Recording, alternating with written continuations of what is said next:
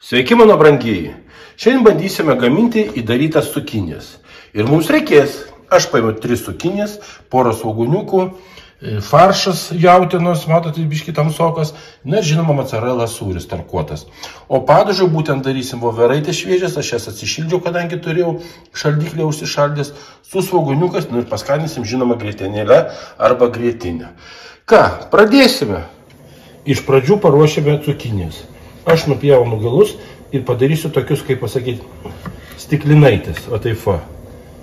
Dar vieną ir dar vieną. Va. Mums dabar reikės vidų išskaptuoti. Tai yra labai paprasta, imam paprastą šaukštelį ir su šaukšteliu išskaptuojam vidinę cukinijos dalį. Maždaug o taip va. Tai žinoma reikia giliau ir tenais mes dėsime paruoštą faršą. Faršas yra ruošiamas visiškai paprastai. Kaip ir visada pipirai, druska, šiek tiek galbūt svanų druskos, kas ką turite. Ir viskas. Cukinė išskaptuota, kaip matote, gavosi iš 3 cukinijų 8 stiklinaitės. Na ir ką? Dabar mes mūsų stiklinaitės farširuojam paruoštų faršų. Maždaug taip. Truputį iš viršaus paliksime vietos, kad uždėti mūsų mozzarella. Štai taip, matote? Labai paprasta. Žinokit, tikrai, patiekalas yra paprastas, greitas ir pakankamai skanus.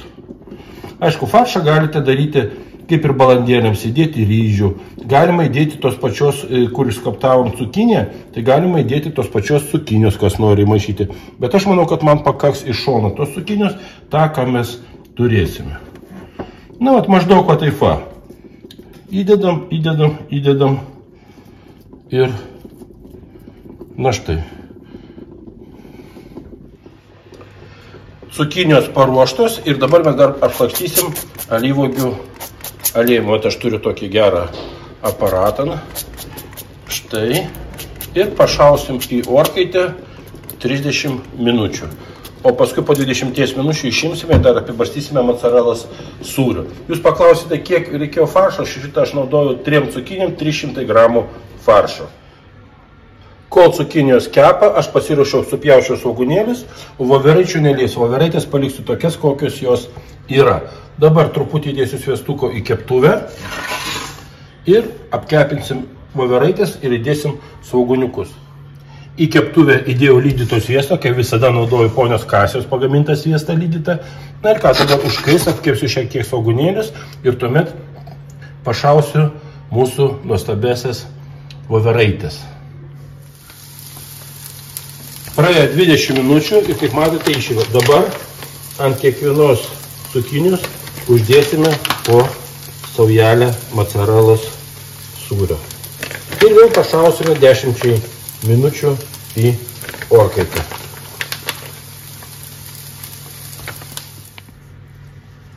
Praėjo dar 15 minučių. Na ir ką, bandom.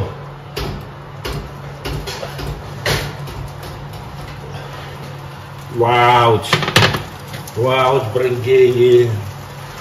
La. Taip, voveraitės pas mus irgi paruoštas. Taip, dabar mes gražiai bandysime išimti mūsų keptas cukinijas. Taip.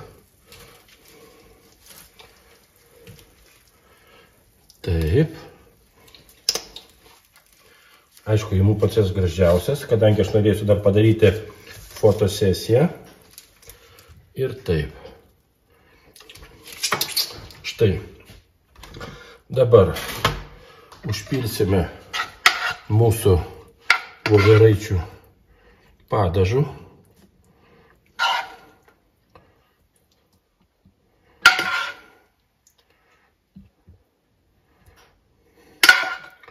Šiek tiek grietinės. Tarp kitko, grietinė irgi iš ponios Kasijos paimta. Štai taip. Pabarstysime šiek tiek pjaustytais svogūnėliais. O lala! Na štai, mūsų patiekalas gatavas. Pasižiūrėkite, kaip atrodo.